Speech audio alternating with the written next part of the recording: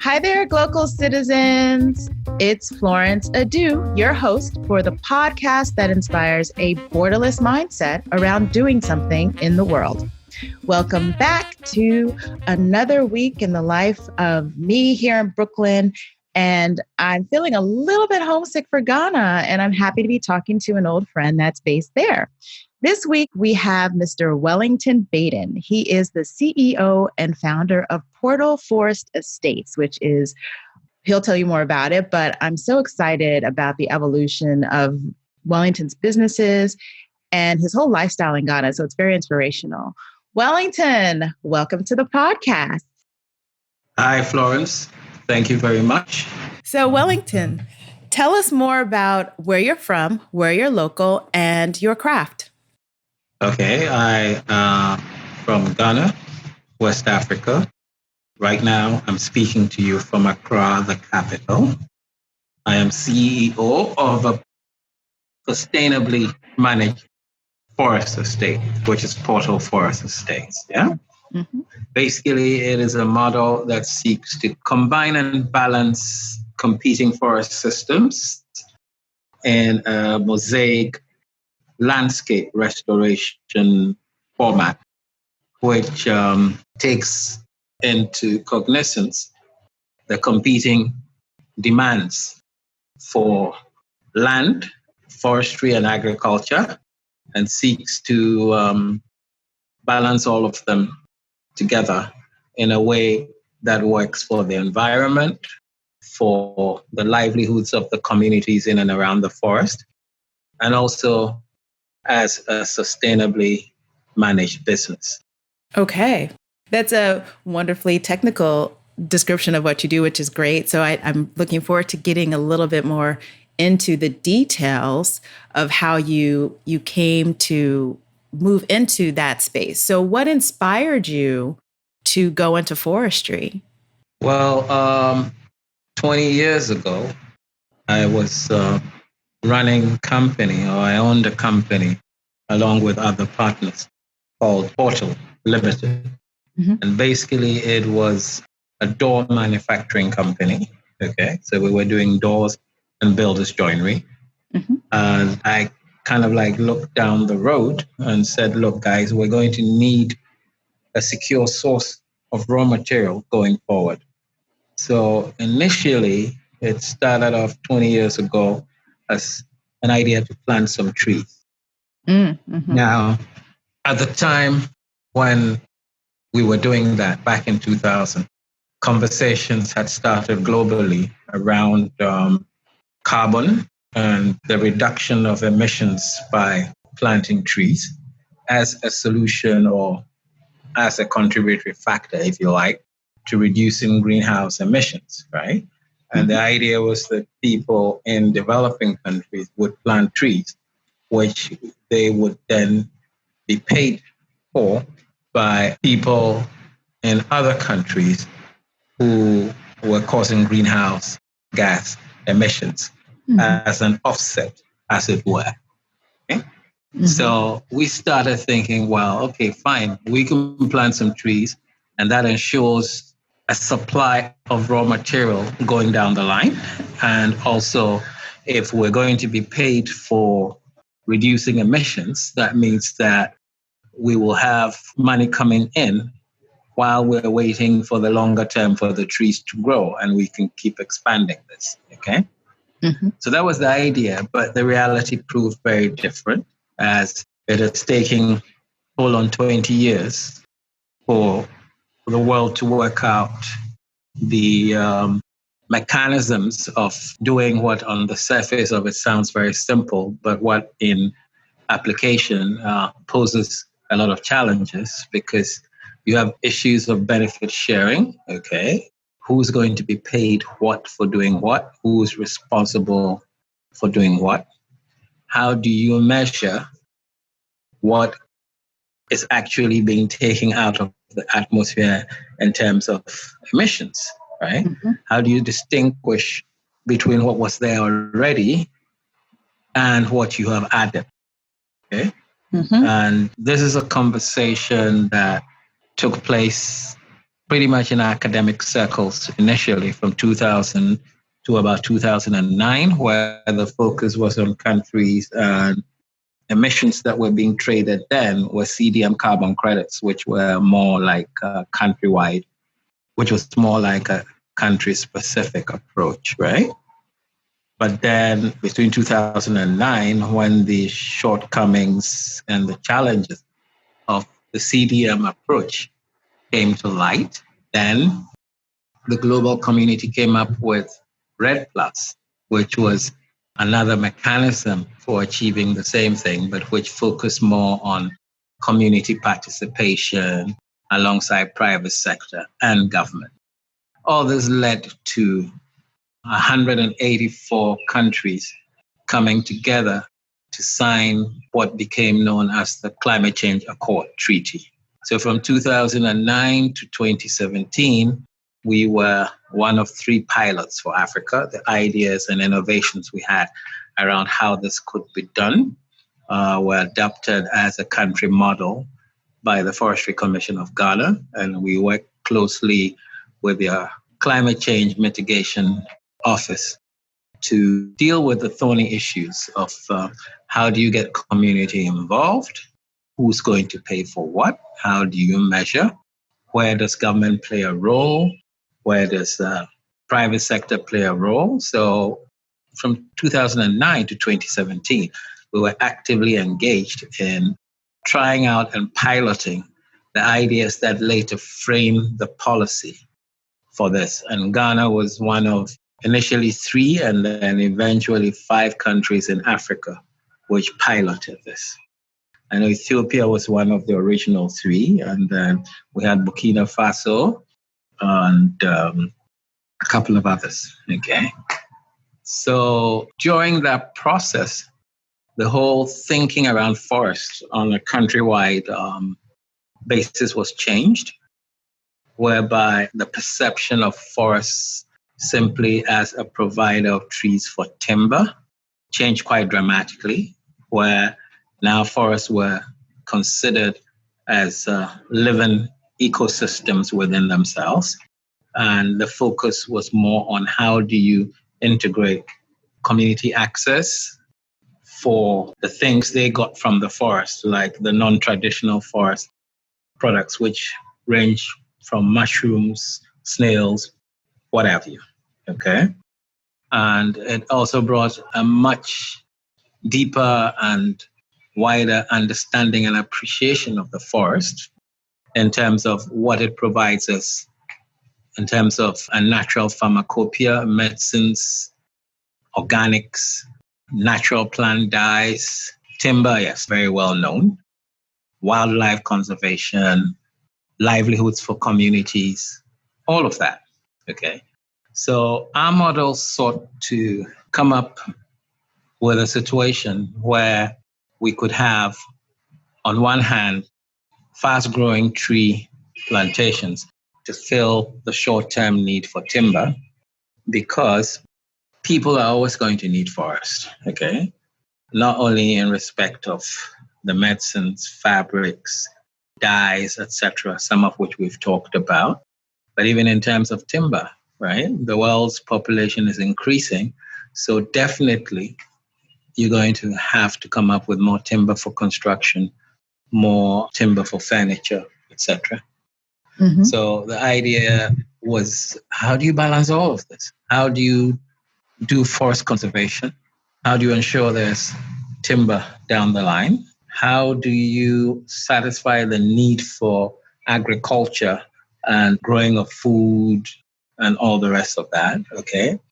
And how do you ensure that the community still has access to land to plant their foods and crops and all the rest of that?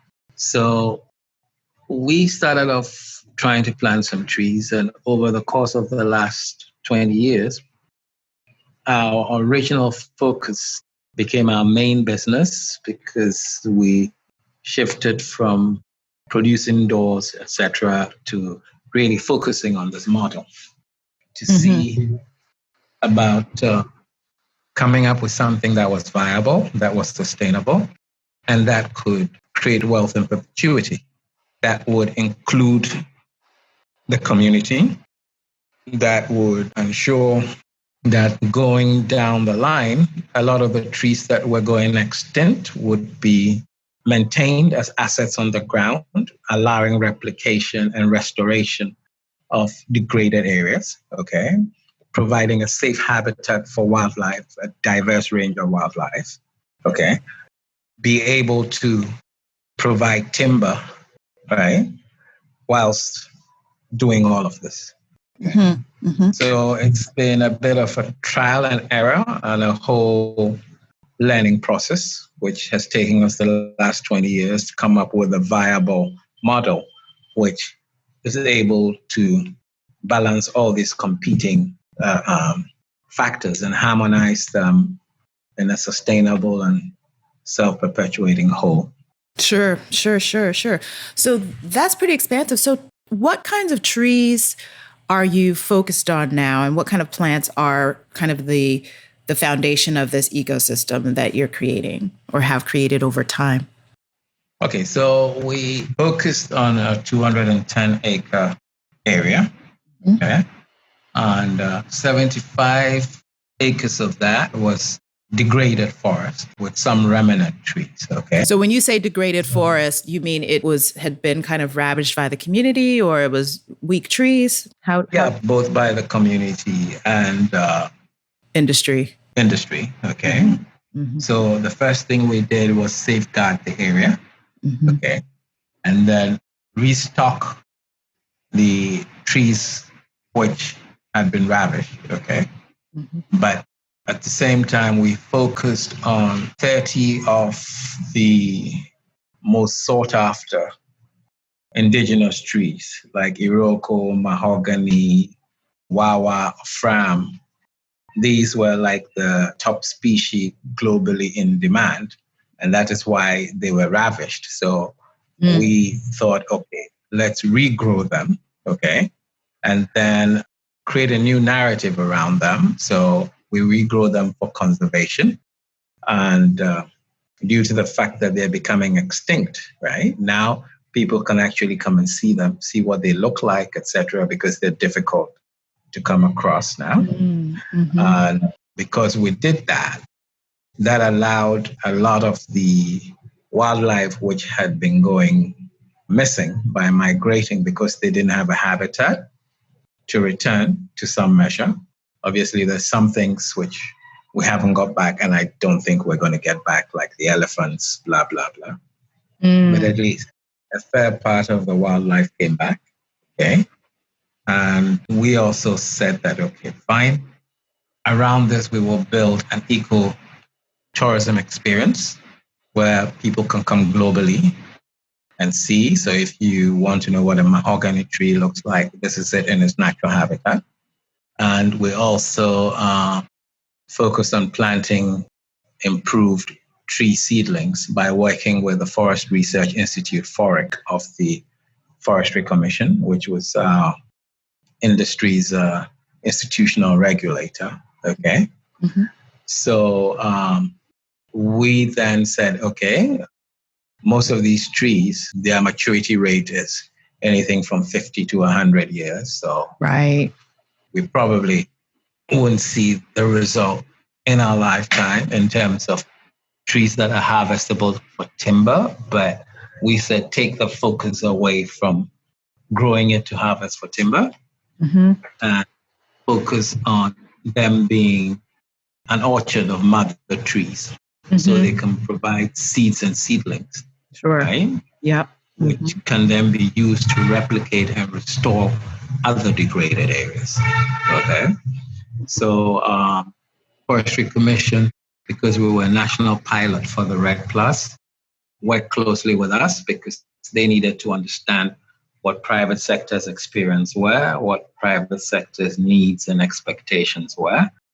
And we also needed to understand what they needed in terms of being a regulator, the kind of systems and processes and documentation that needed to be in place for them to also satisfy the international accords and protocols, which we as a country, Ghana, had signed up to ensure that any trees which were being produced were coming from a legal source with a verifiable chain of custody. And a lot of these documentation rules, etc., had to be developed, right? So we were like right in the thick of this. And as I said, it took from 2009 to 2017 for the country to totally revamp its forestry policy. Okay. So for that conservation piece, we were able to demonstrate that by maintaining long-term assets on ground and foregoing the immediate cash benefits that came from cutting the trees to sell, right? You would more than replace the revenue which you had forgone from the sale of seedlings, because the trees are providing seedlings every year, okay?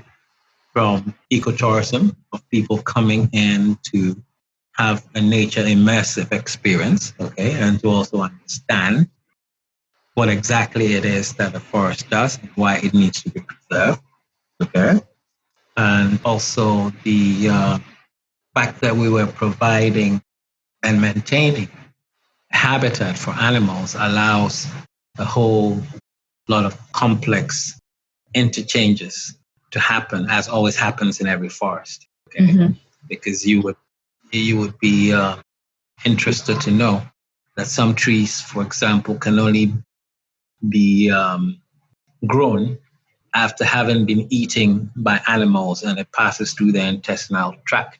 Right. Before the trees would actually grow. Otherwise it's not going to happen. So what tree is that? Well, there's quite a few. There are, okay. If you were to visit Ghana, Forestry Commission has a forest over in the western part of the country near the border with Ivory Coast. It's called the Ankasa Forest Reserve, okay? And within that, they have a section called the Elephant Garden. And there you would see a whole lot of trees which can only be grown after they've been eaten by the elephants. And then the elephants, excrete the seeds, and then the seeds then can grow. So there's a whole section of the forest there called the Elephant Garden, which demonstrates this. But then you also have plants which are planted by the birds because the birds eat them and then they spread the seed. Right. It's not only insects which do proliferation and spread seeds, right? It's also birds, different animals, etc. Monkeys. Monkeys, yes. We have about 3 different species and families of monkeys in our forest. Wow. So there's that whole conservation space.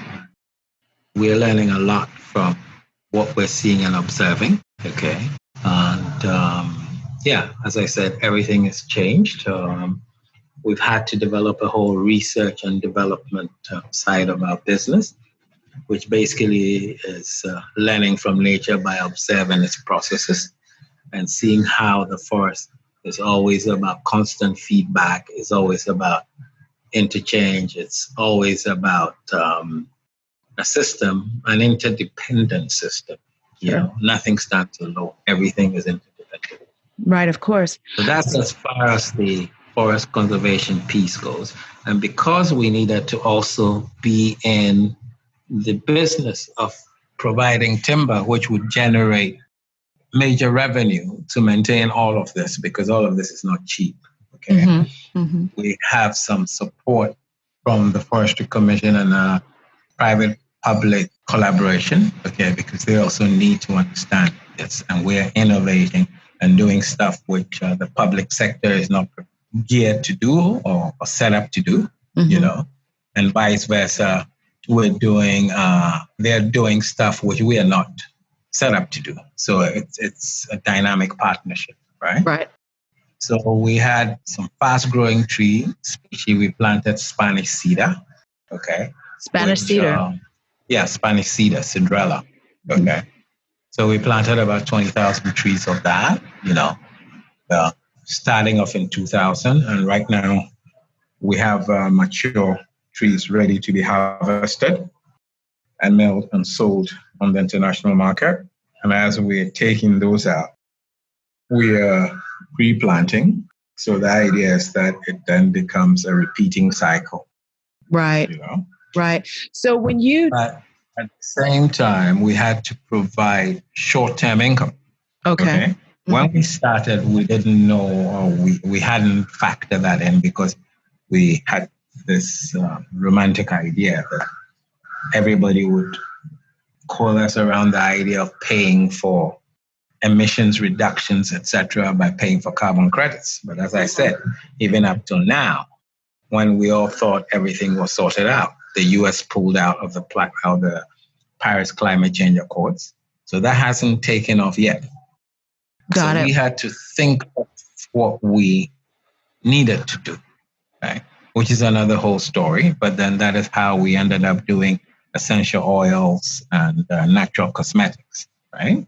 Okay. So we developed another 84 acres, which was focused on doing that. And during the course of the period, we have developed and brought to the global market 24 different types of essential oils, which are grown, harvested, and processed at our forest. Okay, nice. So is that under your own branding or do you wholesale that to businesses? Well, it's both. Okay. We have our own brand, Emerald Forest brand. Emerald Forest, okay. We also do white label contracts where we provide organic products to people in the natural hair care industry, natural soaps, organic essential oils, medicinal plants, all of that. Okay? So that is within an agro-forestry piece, which also allows for food crops to be grown alongside. Okay. So that ensures that the fringe communities or the communities around the forest, one, improve their livelihoods. Because, for example, producing beehives to be given to the local community, and we're producing seedlings which we give to them. Okay. And we are the guaranteed off-taker or buyer for the herbs and spices and other organic products. We're training them to be able to grow. Okay. And these are things they weren't growing before. These are things they didn't know about, but they're now growing them alongside their, the normal things which they would grow anyway, which is cocoa, fruits like oranges, coconut, palm oil, oil palm, cassava, plantain, etc. But now we've introduced stuff like peppermint, lemongrass, patchouli, etc., to name but a few. Like I said, we have about 24 different oils, which we can then engage them in participating in. Ylang, for example. And we just buy these back from them and we process it at site. So the factories are sited in the forest. Okay. So we're there on the ground with them and they are pretty sure that if they produce, they will be paid. So as part of this, because it's an agroforestry model, they have to grow trees anyway to provide the shade for these crops to flourish under. Okay? So that encourages them to grow back trees. That's why earlier I said it's a forest landscape restoration model. Okay? And it's a mosaic pattern. What that means is that you're not just going to go and grow back forest everywhere. It means that you recognize that, okay, there are all these competing interests. So how can we have a mosaic where we have some indigenous forest, which restores forest cover, okay? We can have some commercial plantations, okay? And we can have some agroforestry, which addresses the needs of the communities, okay? So it's like instead of competing, it then becomes an entire collaboration. Right. Right, right. So let me ask you this. You started in 2000. And so this dovetails to my why the where question. So how did you come to be living, working, and playing where you live? So before 2000, what was Wellington doing? Well, before 2000, I was in London, completed law school in London, and then moved sideways into mortgages, finance, and insurance. Mm-hmm. Okay? And made the decision to come back and start a project in Ghana while still pretty much going up and down between London and Ghana. Okay. Mm-hmm. But as the project unfolded, demanded more time being spent here than over there. Okay.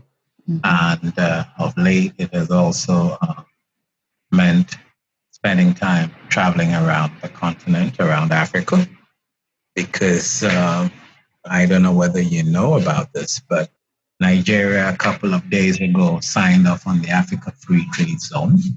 So that means that come January, right, Africa will be the largest free trade zone area in the world. Nice. Is that the Lucky Port, that area? Well, it's all of Africa. That means that now there's no difference. There's no difference between my selling something from here to another city in Ghana or selling from here to Nigeria or selling to Tanzania or selling to South Africa. Okay.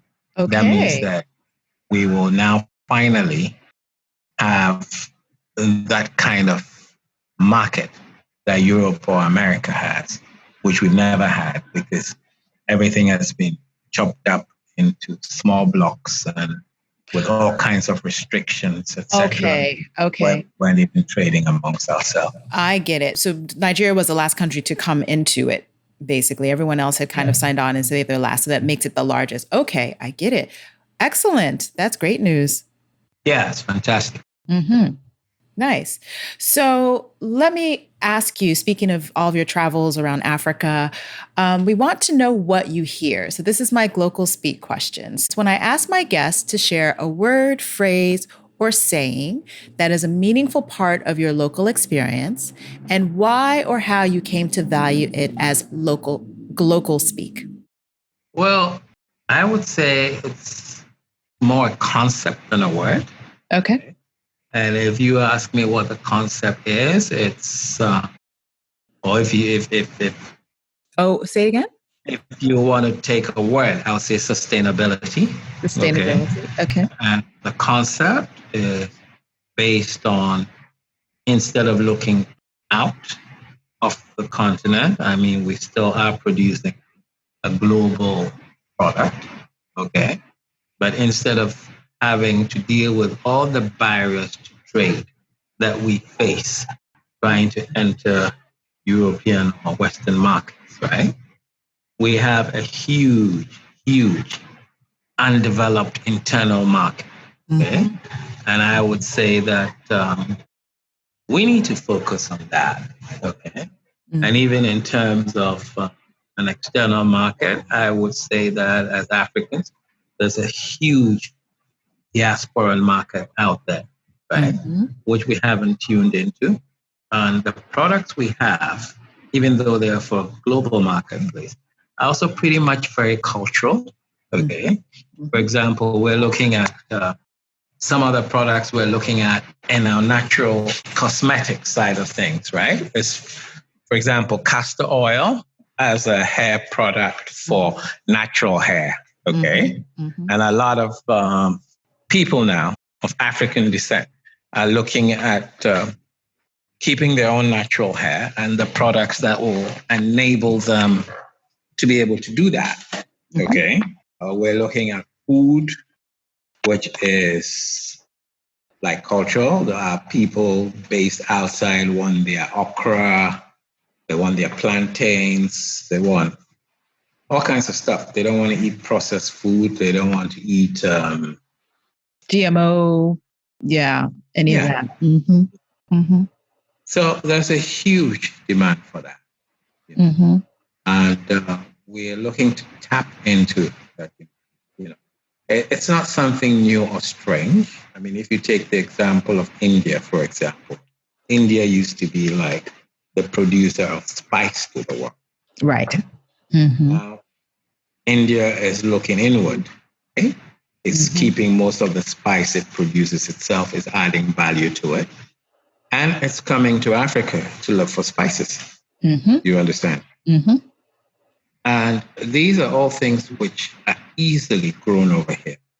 But because we've been focused on producing stuff which we don't even use that, but which was used or required in the West, we haven't really looked into what we can do for ourselves, what we need, or what our demand is. Okay? So maybe, they don't have a great demand for okra in the West, right? Or snails, right? But if you produce snails, and I took it from Ghana to Nigeria, right? That would be a huge hit. Exactly. And so now I'm not even looking at just the 30 million people in Nigeria, 30 million people in Ghana, right? With the after, even if I just bring on board Nigeria, right? I have another 180 million people add to the 30 million people. Right. So that's why I say yes, sustainability, but also, a concept of homegrown, where homegrown is not only the market in Africa, but also every person of African descent living anywhere else in the world. Sure. Okay? Sure. That is simply because we have not been in a position to look inward and cater for ourselves. But now we are. That does not preclude us from sharing our innovation and creativity with the rest of the world. Right. We have always done that anyway. Okay? But it's time for a little self-love. Okay? Of course.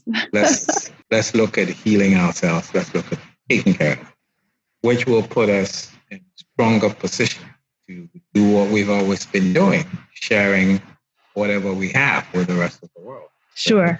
Let's do it in a sustainable way where we ourselves do not become battered, emaciated, and rejected while we're doing it, where we're not just hanging on by nails surviving, but where we're actually thriving while we're doing. So I think we both have a lot of experience with policy, and part of what took this long for you to emerge where you are is through this long and sometimes drawn out process of working with governments and putting together these public-private partnerships, et cetera. So as you say, we're now in a position. What do you think is necessary to strengthen that position and truly critically move us forward? Because one thing we haven't really spoken about is where have the funds come from? So you probably invested your own funds, but from a point of growth and in these collaborations, where and how, what's the distribution of funding that will continue to sustain and grow the sector and really employ enough people to start to produce the volumes that we're talking about to really see that vision happen? Okay, very good question. Of course, a lot of what we've done has been self-funded, but we've also gone out to engage government from the level of institutions, right? And saying, okay, guys, we're in this together, okay? This is what we can do. This is how we can grow this sector. This is how you will benefit. So help us to be able to create a thriving industry, right? You benefit. There's a case of having those conversations. I'm not talking about from a party political perspective, right? Because then it's two wings of the same bird. The politicians will do what they do. That's it. But the civil servants are there forever. Yeah. And they understand that, look, for them to enjoy the benefits and incentives which they have to ensure that whatever sector that they're required to regulate is healthy and thriving. So it's a case of having those conversations. It's a case of engaging. It's frustrating. It takes time, but it's still work that needs to be done. There's no shirking. Okay. And once you demonstrate, because let's not also forget that a lot of private sector people, for whatever reason, want to get away with paying as little as possible in terms of taxes, etc. But that is not the solution. Mm-hmm. Rather, the solution is to engage the necessary institutions and show them that, hey, you're getting so much now, but if you did this and this for us, it will put us in a position to increase our turnover by so much. And as a result, you get so much, because whether anybody likes it or not, by reasons of whatever regime taxation government imposes, every government is an unseen shareholder, every private sector business, no matter where in the world you are. Okay? So you need to share, we need as private sectors to sit down with them and say, okay, guys, you're a shareholder, right? It's in your interest to make sure that this works. Every parasite has to make sure that its host body is alive, healthy, and to support it. And not all parasites are bad. In fact, some parasites are necessary. So it's a question of having that conversation, okay? And in terms of funding going forward, as I've indicated, funding going forward is going to come from the global marketplace, right? And in terms of from the African perspective, our focus is primarily all people of African descent, right?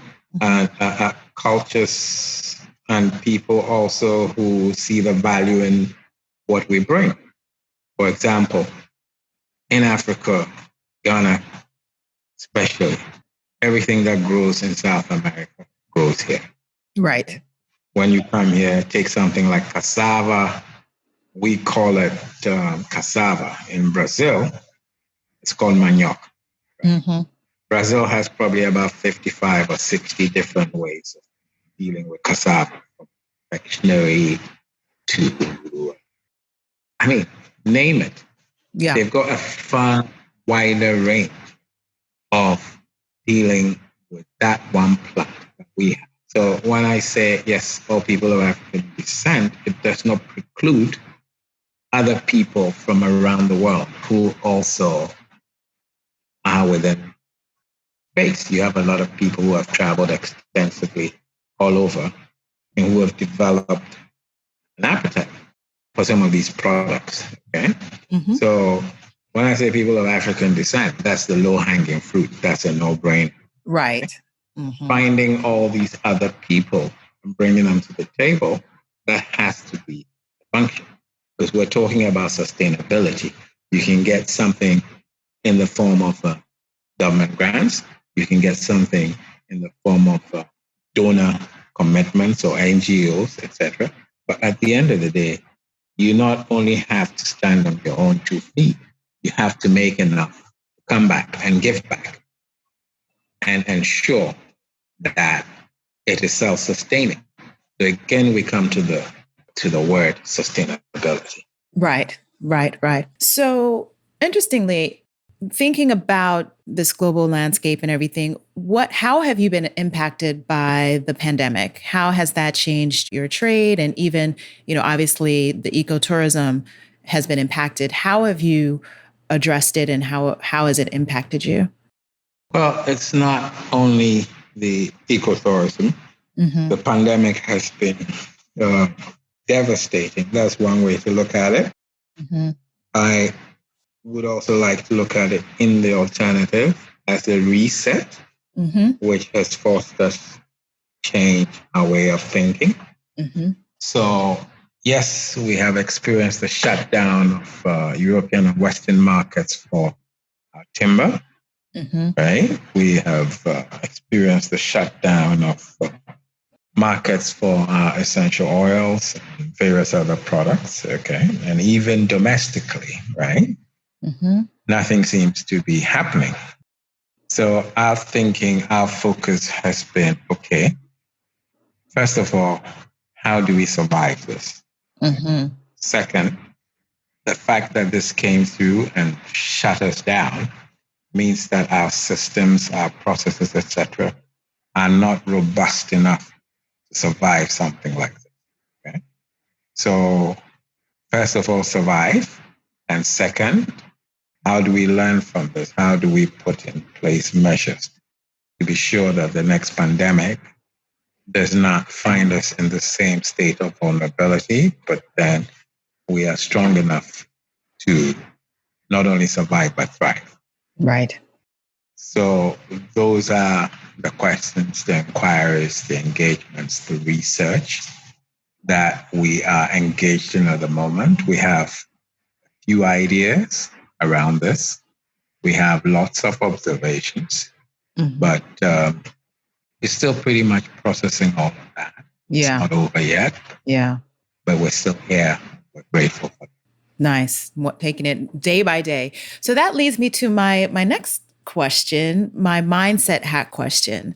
And this is where I ask you, what is your favorite or an innovative mindset hack? And this is one that you can imagine or one that you know of. Well, I would say that, first of all, everything is possible. Okay? Everything is possible. If something seems impossible or improbable, it's simply because you do not have enough knowledge to give you a different perspective or a different way of looking at things. So question everything. Don't take anything for granted. Okay? Do not accept that this is the way we've always done it. Try and understand why it is that you've always done it this way, but also look at it in terms or in the context of continually evolving, changing landscape. Truth is not static. It continuously changes. It continuously evolves. Okay. What may hold true today could very well change tomorrow. Okay. And there is no limit to learning, right? Because the height of every mountain that you climb becomes the foothill of the next mountain that you must climb. Right.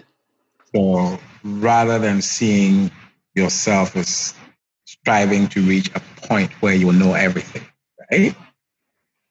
See that there is never at any time within the concept of infinity, if you really understand what infinity is, that you will know everything.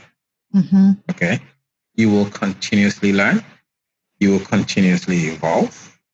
And things become outmoded. They fade away and they create new possibilities. That is why it is possible for the caterpillar to transition to the butterfly. Okay? So always be open. Always know that you know nothing. Always know that whatever you've learned today is only a foundation for what you need to learn. Right. Okay? So don't become static. Don't become rooted. Don't become dogmatic. And be open to knowledge. It could come from anybody. It could come from a 5-year-old, right? Because everybody has a unique perspective, right? It's not only everybody, it's everything. Yes. Everything has a unique perspective. Yeah. Okay? And if you're open to observe, to learn, to witness without judgment, okay, without holding on to grudges, okay, and being flexible, okay, then you don't need to mind hack anything because you are living the hack. I like that. Yeah, it's true. You can live the hack. So, Wellington, you have recommended several books in our long years of knowing each other. So I want to ask you, what are you reading these days? Okay.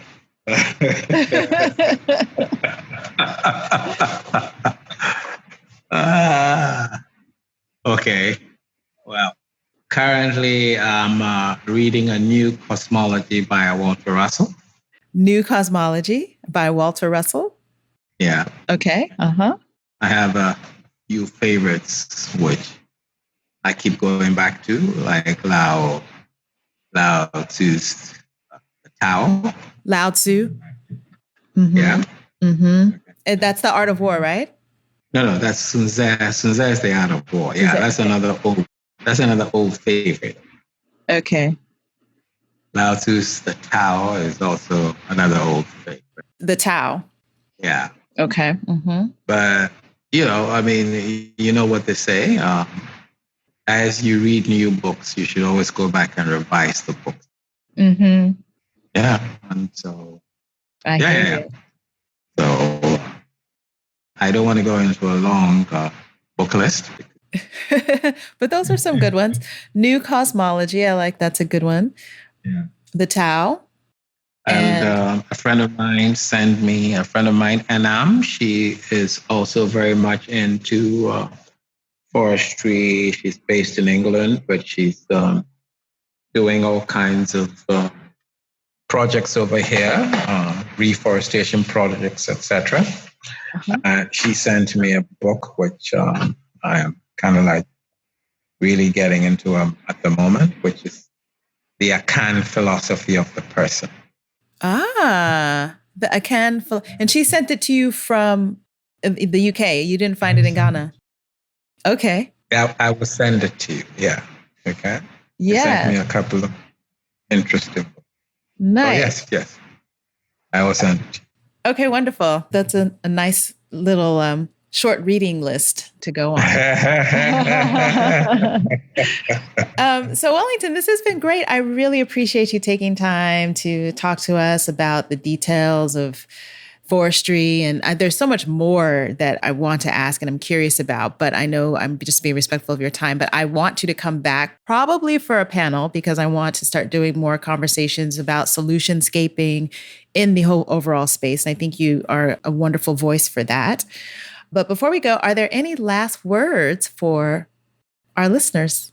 Well, I'll say come visit, because hearing about it is one thing. Coming and seeing it, then you see the pictures, you see.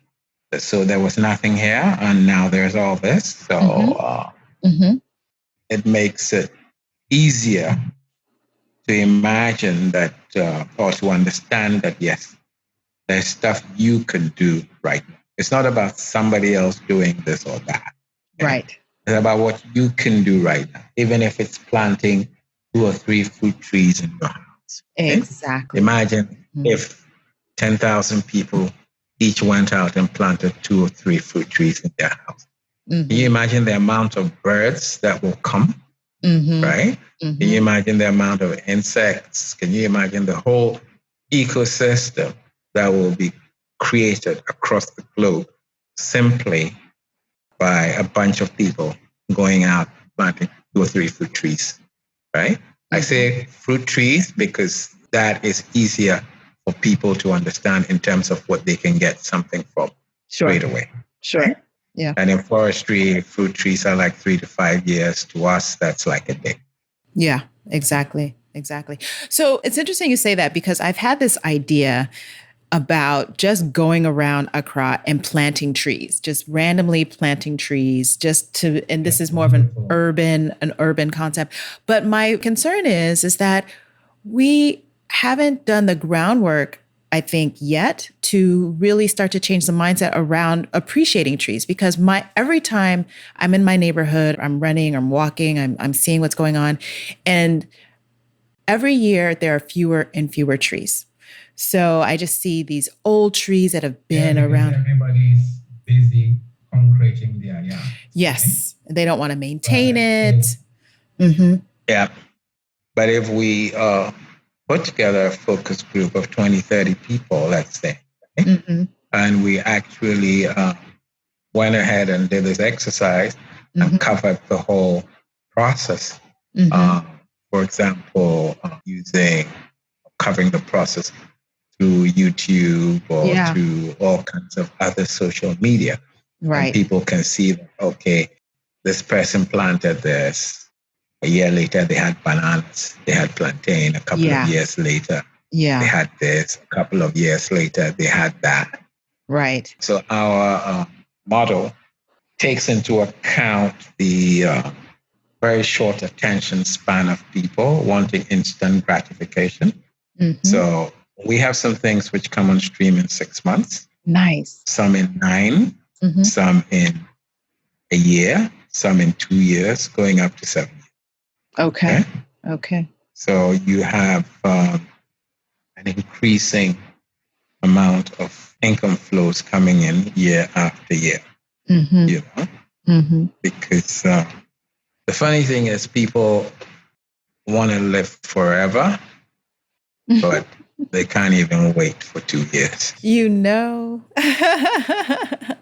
Well, I am signed up for that focus group. So when I get back, I'm going to come knocking because I'm really committed to this idea of really planting more trees and seeing more trees, because we're a rainforest and we're not anymore. So I think we have to really be more conscious of the air we breathe is dependent on the trees we plant.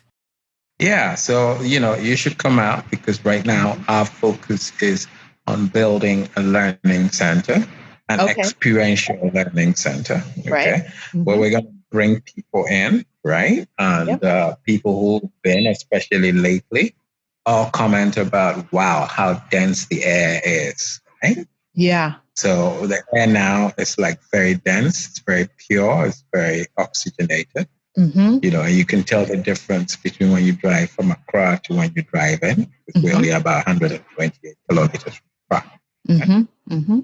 So the idea is to have people come in, spend as much time as they want, okay, and learn how to do stuff. Because let's not also forget that a lot of these people have never seen trees being planted. They don't even know what a fruit tree looks like or whatever. Okay? Yeah. So we want to create a space where people can come and experience that, know that, hey, I can eat these fruits and I can take these trees away and plant. Wonderful. They can walk through a forest area and actually go harvest trees themselves. I mean, we take a lot of stuff for granted, because when I was growing up, it's, go climb the mango tree in the yard, sit up there, eat all the mangoes you want. Exactly. But a lot of the people growing up now have never seen that. So how do you expect them to appreciate an it? Experience they've never had? Yeah, exactly. That's so true. So where exactly? So I want to direct our listeners to be able to find you. So where can they find you? How can they book? Tell us more. Well, you can go we're on Facebook as Portal Forest Estates. Okay. We're on Insta, Twitter as Portal_Forest. Okay. And our website is portalforestestates.org. Okay, great. And all of that will be in the show notes, listeners. So be sure to check those out and plan your trip too. So you're open now, even though we're gonna be back in January. In January. Okay. Everybody's shut down and this and that and that. Sure. So but for next year, looking to pick up. Yeah, we're looking to pick up next year. Okay, that's good. Yeah. Okay. And we're also looking at more like inclusive things. We're collaborating with, collaboration. That's another big thing for us. If you talk about a word, I would say collaboration. Should definitely go in there as well.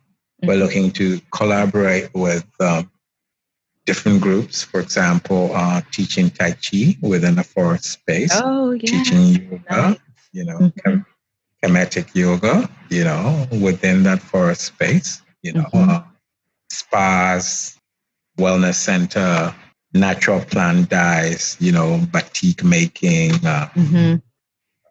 wax printing, from our own cultural traditions, working with bamboo, fishing, bird watching, we're looking to, we have created the space for multiple experiences, right? Which would bring to focus with people exactly the role that forests play, not from a dry academic reading of it, but actually being there, experiencing, living. The practice. Nice. The practice. Okay. Well, thank you so much again, Wellington, and we'll hope to see you soon. I can't wait to get back to Ghana in January. Let's fingers crossed that, we can manage the pandemic so that we don't have any more borders closing. Please, please, please. So, listeners, this has been another episode of Glocal Citizens. As always, you can find us at www.glocalcitizenspod.com on Apple Podcasts, Google Podcasts, Spotify, Stitcher, Amazon Podcasts. Everywhere you find podcasts, you can find us. So until next time, bye for now.